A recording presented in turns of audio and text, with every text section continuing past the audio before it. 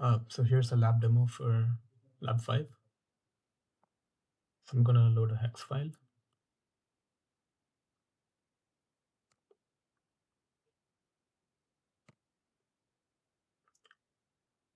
So once this loaded, I'm going to explain the circuit here. So here's a EEPROM chip, and it's connected in the following manner to the D1. So here are the two pull-up resistors that are connected to the serial clock and serial data lines. And the slave address for the EEPROM chip are connected to the ground, the pins A0 and A1. And then here's their ADC DAC chip, and the pin A0 is connected to VCC. So we can uniquely identify this the EEPROM and the ADC DAC slave chips.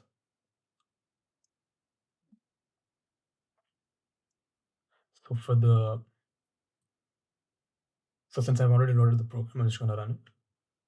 And let's perform a single byte write. The starting address 000000, and I'm going to write 45. So we've seen that we've transferred the byte 45 to the address, and now let's read it back 000000, and we see we read back the address 45.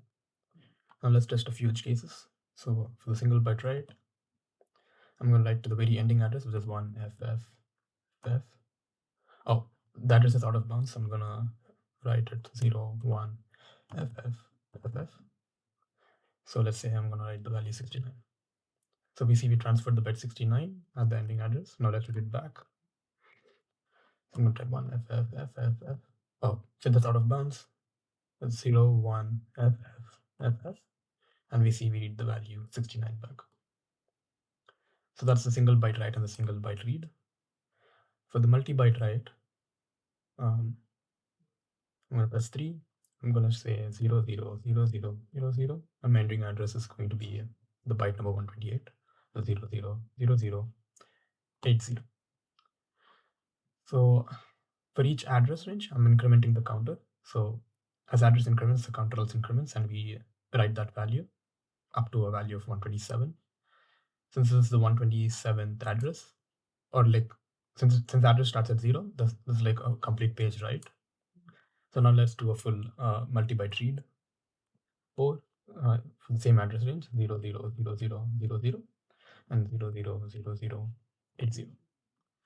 So we see we read the same values back. Since we have written from 0 to 7E or 7F, and then we read them back here. Now let's test again like a few edge cases here. So for the multi-byte write, I'm going to test a condition that's called page boundary crossing. So I'm going to write for an address range of like, let's say 135 bytes, 000000 and 000087, which is 135 bytes. So here at the start, like we recognize that page boundary crossing is needed since it's 135 bytes.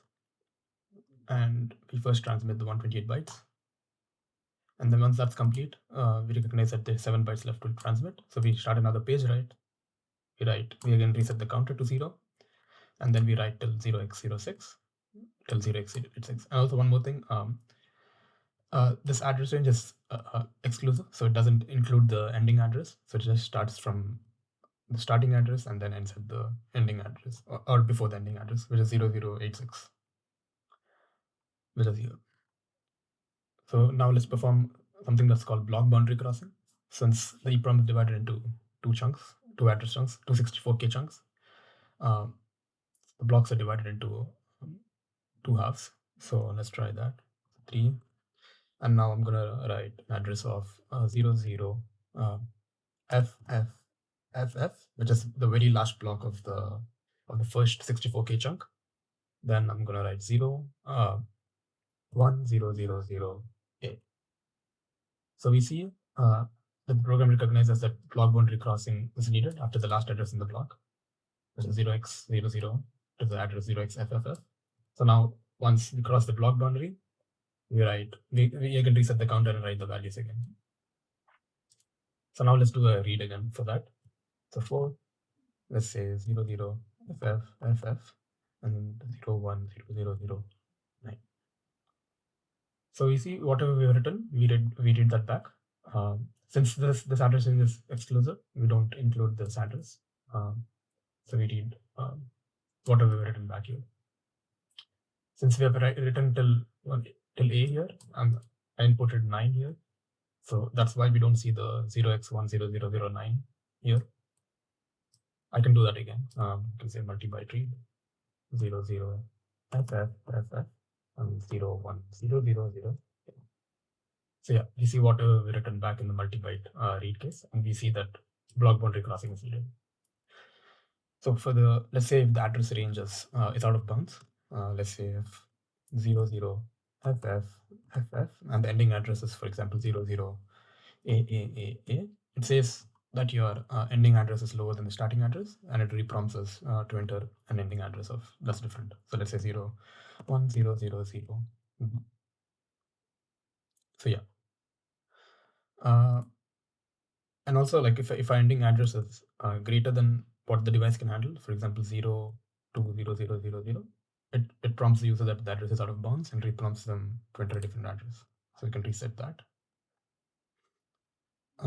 So now we can do the blink LED. So I'm going to press G and light up the LED. So as you can see, it slowly lights up and slowly lights down.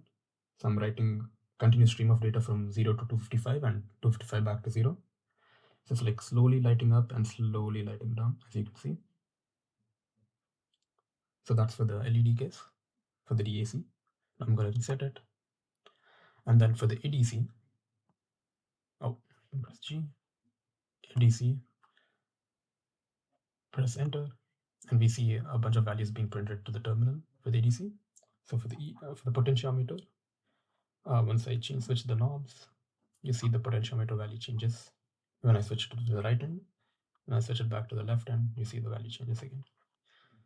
For the photoresistor, I can just put my arm here, put my hand on top of it and remove it, and you see it changes as well. And the thermistor is also like varying once I put my finger and remove my finger back there. So I put my finger, it's -89, then I remove my finger, it's -111, so on. So yeah, that's it for the lab demo. Thank you for watching.